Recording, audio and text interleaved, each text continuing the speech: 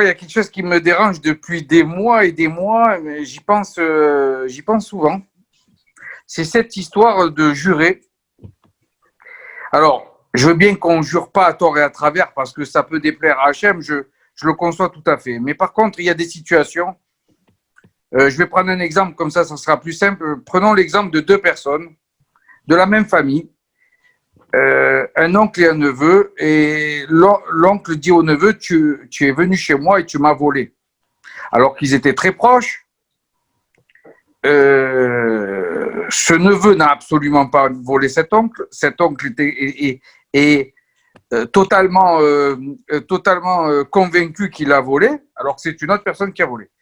Dans des cas comme ça, je ne comprends pas, je n'arrive pas à comprendre pourquoi Dieu n'accepte pas qu'on puisse dire, que le neveu puisse dire à l'oncle, écoute, mon oncle, je peux aller jusqu'à aller à la synagogue et te jurer devant Hachem et devant la Torah que je ne t'ai pas volé. Je ne vois pas où est la chose malsaine, dans la mesure où il y a un litige qui est grave, qui peut engager la relation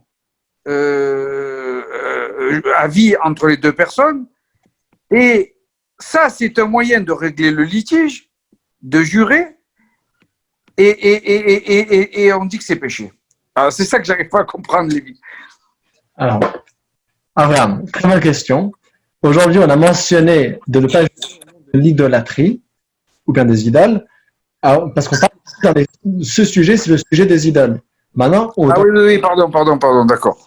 C'est exactement le sujet que vous relevez, la question des serments de façon générale.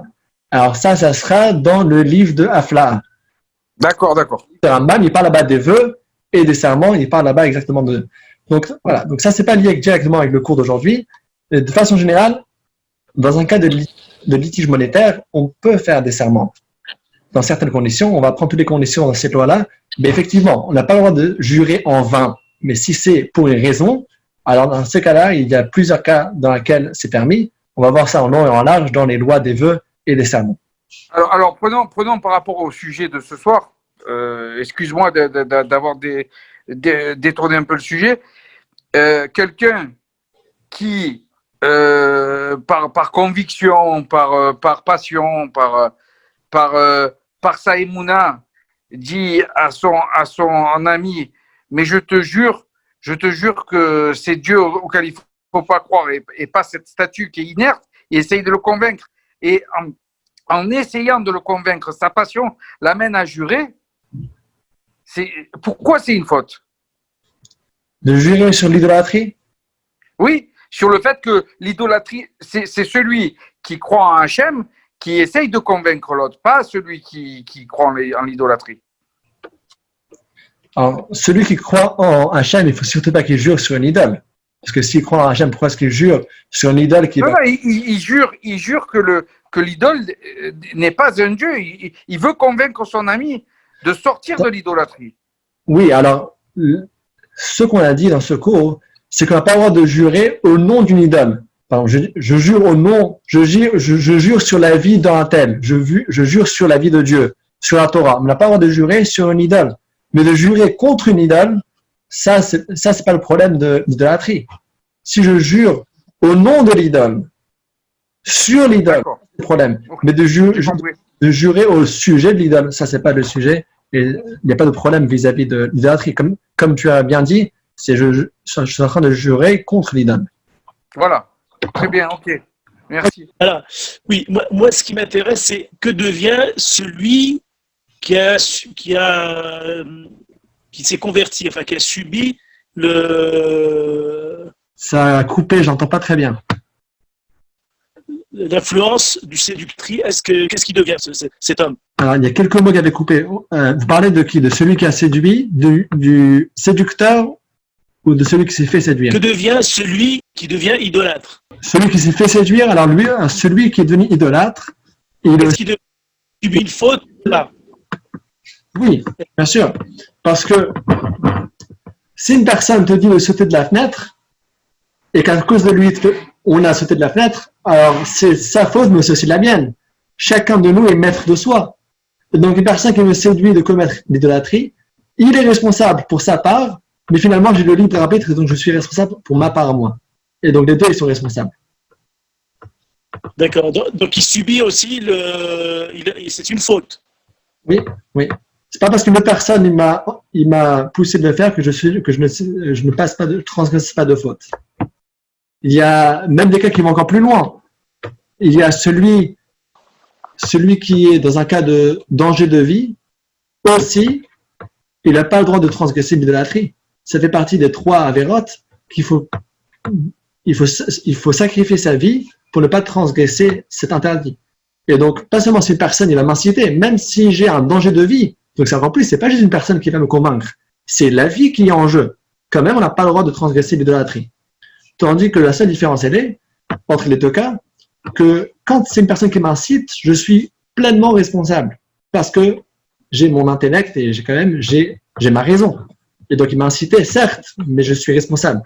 Tandis que si une personne est en cas de danger de vie, alors la mitzvah, elle est qu'il sacrifie sa vie, mais dans le cas où il n'a pas su faire face à l'épreuve et il a commis l'idolâtrie parce qu'il avait un cas de danger de vie, alors il ne sera pas puni après parce que ce n'était pas sa faute. C'était contre son gré, il était forcé de le faire. Donc la mitzvah de base, elle est même dans ce cas-là de donner sa vie. D'accord. Dans le cas où il n'a pas donné sa vie, il a transgressé, alors c'est une transgression qui est contre son gré. Ça, c'est la seule nuance qu'il y a. Ouais.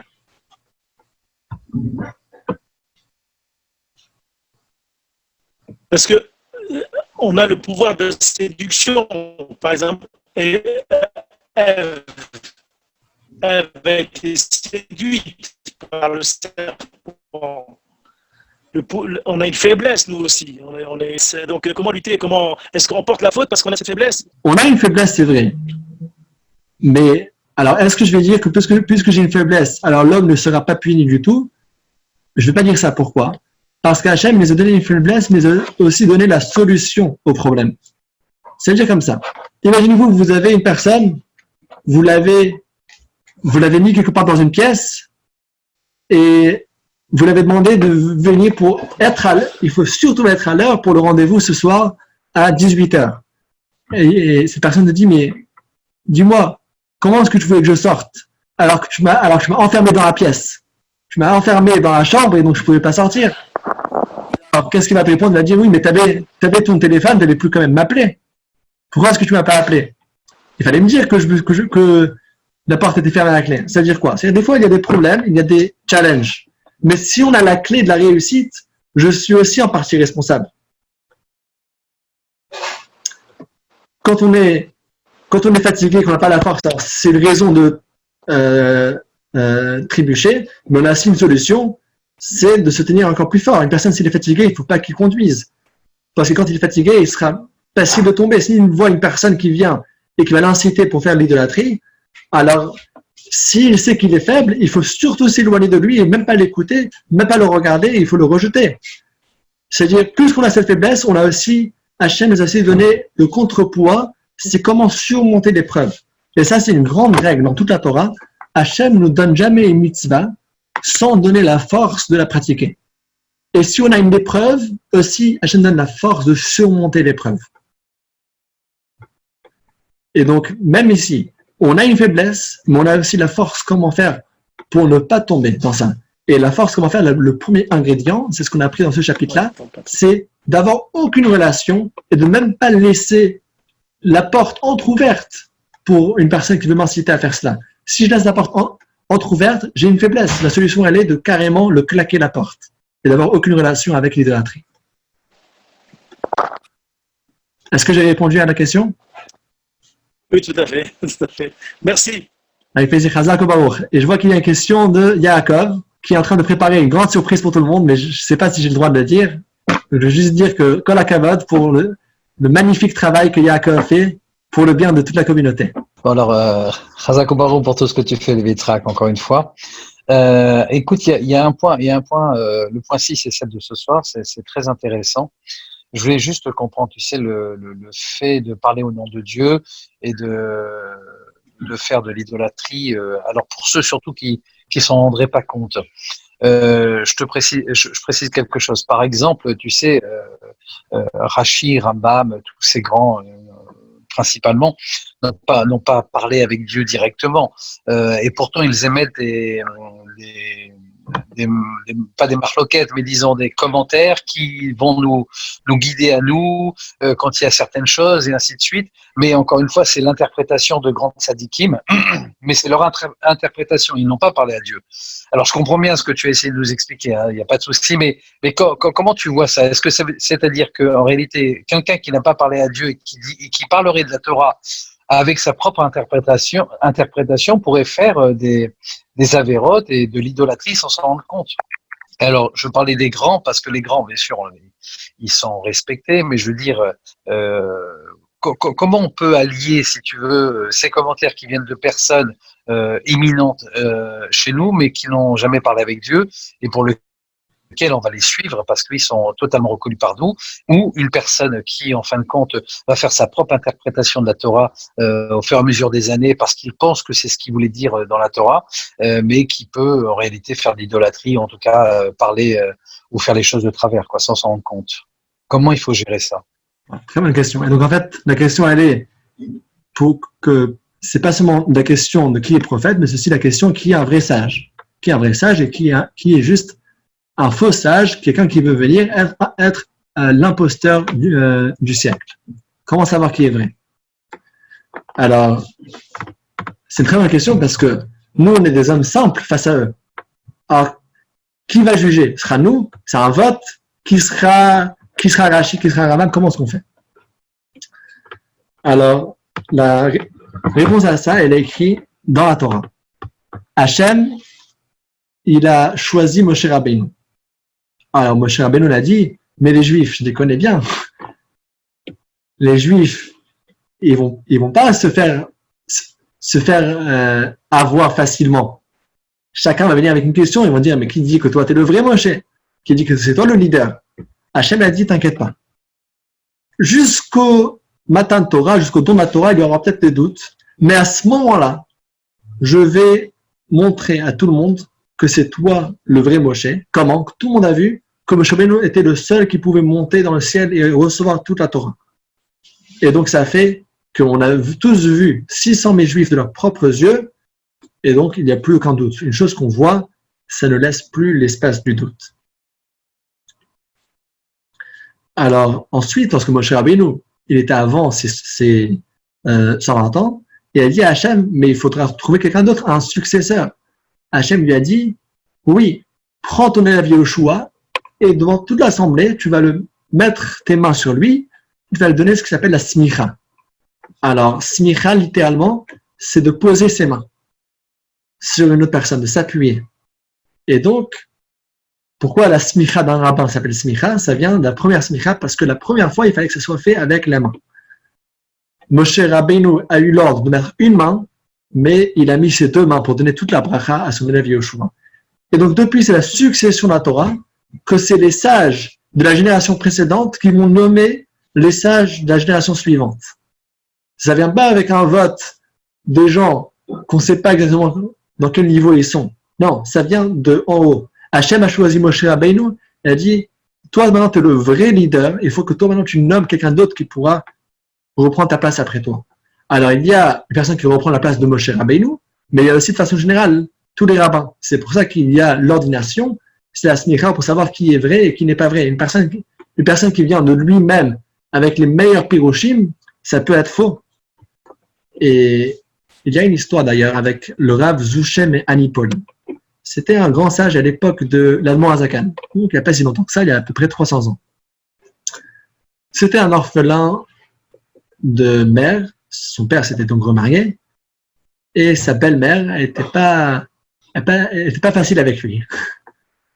Et l'histoire va que il y avait une fois qu'il était dans la synagogue le soir, il y a un rabbin comme ça qui est arrivé, un vieux rabbin avec une longue barbe, il a l'air vraiment très sage et très pieux, qui l'approche et qui lui dit, viens apprendre avec moi, je vais t'enseigner les plus grands secrets de la Torah. Ah, bien sûr, un grand rabbin qui vient enseigner les plus grands secrets de la Torah. quel meilleur cadeau que ça? Mais lui, il a dit, merci pour l'offre, je dois demander à mon rabbi, est-ce que je peux apprendre avec toi? Alors il était choqué, il s'est fâché, il a dit, alors dans ce cas-là, j'apprends pas avec toi. Il est allé voir son rabbi, qui était le Maguid de Mezrich. Le Maguid de Mezrich, c'était le maître de l'Almoazaken. Donc les deux, Rabbi Zoshe Manépoli et l'Almoazaken, celui qui a écrit le Tanya, c'était des amis, des élèves du même Rav. Alors, il allait voir son rabbi, le Maguid de Mezrich, et il racontait l'histoire. Maguid de Mezrich a demandé, alors est-ce que tu as appris de lui quelque chose? Il dit non, rien du tout. Il a dit, Baruch Hashem. Je vais te dire qui était ce monsieur. Ce monsieur, c'était pas quelqu'un, c'était pas un être humain, c'était le Samech même, c'était le Satan lui-même qui est venu et qui voulait te faire trébucher toi parce que tu es un grand sadique. Il voulait t'enseigner des secrets de la Torah, entre guillemets, soi-disant, mais en te disant des impuretés qui sont des interprétations de la Torah qui sont fausses et qui appartiennent au domaine de l'impureté pour te rendre impur la tête. Alors après, il a dit, mais mon élève, je comprends pas, comment est-ce que tu as eu cette intelligence de le dire que je te demandais à mon rabbi? Tu vois comme ça, un rabbin qui vient t'offrir. Alors il a raconté son histoire, il a dit, parce que quand j'étais enfant, ma belle-mère, la deuxième femme de mon père, elle me traitait comme second class. Il y avait genre 16 enfants à elle, et moi, parce que je n'étais pas son enfant, j'étais juste le fils de son mari, alors j'étais toujours maltraité. Tous les enfants recevaient un bon morceau de poulet, et moi je recevais l'aile. Et je savais que moi je recevais tous les jours, quand il y avait du poulet, moi je recevais juste l'aile. Et il y avait un jour que je suis arrivé, après l'école, je reviens, et j'ai faim. Et je vois qu'elle a déjà préparé le repas. Alors je regarde, je vois qu'il y a tous les morceaux, il y a assez pour chacun, et il y a une aile. L'aile, elle est bien pour moi. Alors j'ai pris mon aile, j'ai fait la bracha et j'ai mangé. Quelques minutes plus tard, il y a ma belle-mère qui rentre dans la pièce, et elle se met à me crier dessus, elle hurle, qu'est-ce que tu as fait? Qui t'a permis de prendre cette aile? Alors elle dit, mais l'aile, c'est pour moi, j'ai pas pris un autre morceau. Alors elle a dit non. Avant de prendre quelque chose, il faut demander permission. Alors elle a dit, depuis ça m'est resté gravé dans la tête, c'est vrai, elle avait raison. C'est sa maison à elle, il fallait bien que je demande permission. Et donc là aussi, quand il y a cette personne qui paraissait comme un rabbin qui vient, je me dis tout d'abord, je vais demander permission à mon rabbi. Et donc c'est pour ça que ça peut être piégeant. Il ne faut pas juste comme ça être sur Internet et commencer à chercher tel rabbin, alors qu'on ne sait même pas c'est qui. Des fois, il y a des gens, on ne sait même pas ce qu'ils racontent. Après, il y a des gens qui reviennent avec des questions parce qu'ils ont entendu telle chose de ce rabbin, autre chose d'un autre rabbin. Et il y a des rabbins de vérité, mais il y a aussi des fois où on ne sait pas quelle est la source. D'où est-ce qu'il a lu? Dans quel livre? Un livre d'un croyant? Un livre d'une personne qui n'est pas croyante? Quelle est la source? C'est pour ça qu'il y a vraiment ce système qui est là. Depuis Moshe Rabbeinu, et en passant de génération en génération, à chaque fois, il faut que les sages de la génération précédente, c'est eux qui vont guider les sages de la génération suivante et les placer, qu'on puisse vraiment les suivre. Je vois qu'il y a une question de Abraham. Oui, il y a deux ou trois choses en fait que j'ai relevées dans tout ce qui a été dit. Première des choses, c'est pour revenir sur ce que disait M. Waknin sur la séduction. Très franchement, d'abord, je suis sûr que si on fait un sondage mondial sur les Juifs qui sont tombés dans le piège de la séduction sur l'idolâtrie, je ne pense pas qu'il y en ait énormément. Alors, moi, j'ai souvent entendu des Juifs dire il y a des goïs qui ont essayé de me faire croire à tel Dieu ou tel autre Dieu juste parce qu'ils sont antisémites et qui voulaient me faire tomber, et je ne suis pas tombé dans le piège. Alors, voilà, pour moi, c'est quand même quelque chose d'assez rare, je pense.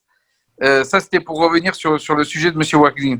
Il y a à peine 2-3 semaines, à Brooklyn, il y a un non-juif qui me voit, qui me croise.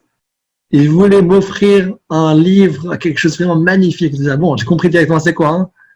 Alors, il y en a aussi aujourd'hui. Il faut se méfier. Ok. Et le deuxième sujet, c'est sur ce qu'on est en train de dire, c'est que toute la problématique, c'est ce que tu disais tout à l'heure, Lévi, c'est que aujourd'hui, on a tellement de tzadikim depuis la nuit des temps qu'on ne sait pas, qu'on ne sait plus, on n'a pas la visibilité pour savoir ceux qui ont pu faire des erreurs et ceux qui n'ont pas fait d'erreurs. Et le regard sur ça, le meilleur des regards, parce que il y a le problème de cette recherche d'unité depuis toujours, depuis la nuit des temps, depuis Matan Torah, et pour autant, on se retrouve avec plusieurs courants. Alors, attention, je ne vais pas porter une critique sur le courant Chabad, sur la Chassidoute, sur les Breslev, etc. Mais la question, c'est pourquoi aujourd'hui, sachant qu'il y avait une unique vérité à Matan Torah, on s'est retrouvé avec plusieurs courants. Et ça c'est peut-être pour ça qu'aujourd'hui, il y a certains juifs qui se posent la question de certaines erreurs de la part des plus grands. Est-ce qu'aujourd'hui, il n'y a pas... Parce que finalement, ça a entraîné des antagonismes. Ah, c'est ton courant le meilleur. Ah, c'est mon courant le meilleur. Ah, c'est pas ton courant le meilleur. Tu vois ce que je veux dire, Lévi? C'est qu'aujourd'hui, certains, parce qu'ils appartiennent à un courant et justement parce qu'il y a des dispersions, il y a des divergences, alors qu'on devrait être dans une unité. Voilà. Alors, c'est une bonne question quand on voit la chose de façon superficielle. Mais ce qu'il faut savoir, c'est que depuis Moshe Rabbeinu, il y avait déjà plusieurs courants, et ça, c'est justement la beauté du peuple juif. Depuis quand est-ce qu'il y a deux avis de l'ordre des parachiotes dans les téphilines? Parce qu'il y a Rashi et Rabbeinu Tam. Il y a Rashi, le grand-père, et son petit-fils Rabbeinu Tam, ils discutent, ils ne sont pas d'accord. Quel est l'ordre correct qu'il faut mettre des parachiotes dans les téphilines? De là vient la coutume de plusieurs juifs de mettre deux paires. Une pour la prière, c'est celle de Rashi, c'est celle que tout le monde met. Mais après la prière, pour se rendre quitte aussi de l'autre avis, on met une deuxième. Mais alors, il faut vérifier. Moshe Rabbeinu, il mettait comme un ou comme l'autre? Il y a un qui s'est trompé a priori quelque part. Oui. Alors, les commentaires ils répondent des réponses fascinantes. Ils disent que depuis Moshe Rabbeinu, il y avait déjà une discussion avec deux façons comment il faut faire. Et Hachem, il a fait exprès qu'il y ait plusieurs façons, parce que Hachem, il voulait qu'on rende pur et qu'on rende kadosh toutes les voies dans le monde. Toutes les voies qui sont dans le domaine qui est permis, Hachem voulait qu'il y ait plusieurs coutumes. Comme ça, on fait une chose, on fait une autre chose, comme ça, on ramène tout dans la Kedusha. Alors, c'est un grand sujet, on va se disperser un peu partout. Juste la dernière chose, Lévi, après je m'arrête.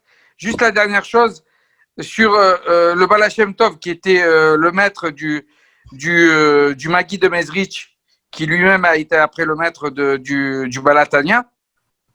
C'est donc comme tu as dit tout à l'heure, c'est le Baal Shem Tov qui a nommé le Magui de Mezrich pour être ensuite après lui, quoi. Et pareil pour le Balatania après le Magui de Mezrich. Ouais. D'ailleurs, mais comment, c'est-à-dire, ça c'est une histoire qu'il faudra faire tout un farmarien pour raconter l'histoire, mais je vois que tout le monde veut entendre une histoire. Alors, on va raconter l'histoire et après, on va se voir demain soir.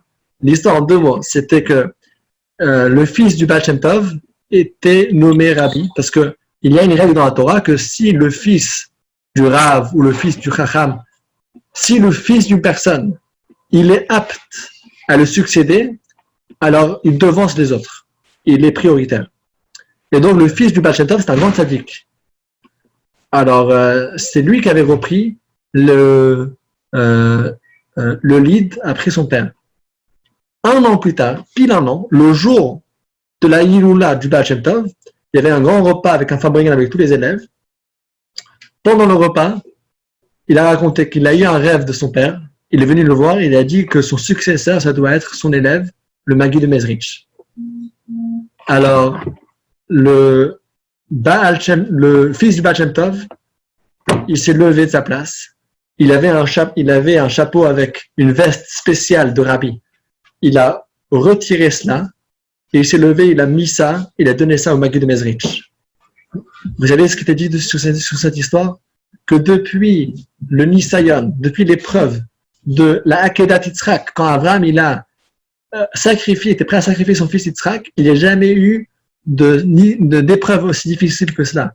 Parce que d'être déjà le leader et de donner ça à une autre personne et de se mettre en deuxième place, c'est énorme. Mais on voit vraiment que c'est chaque rabbi qui peut gérer d'une façon ou d'une autre, il a la responsabilité de s'assurer qu'il y ait toujours une suite au judaïsme et qu'on soit tous dans le droit chemin.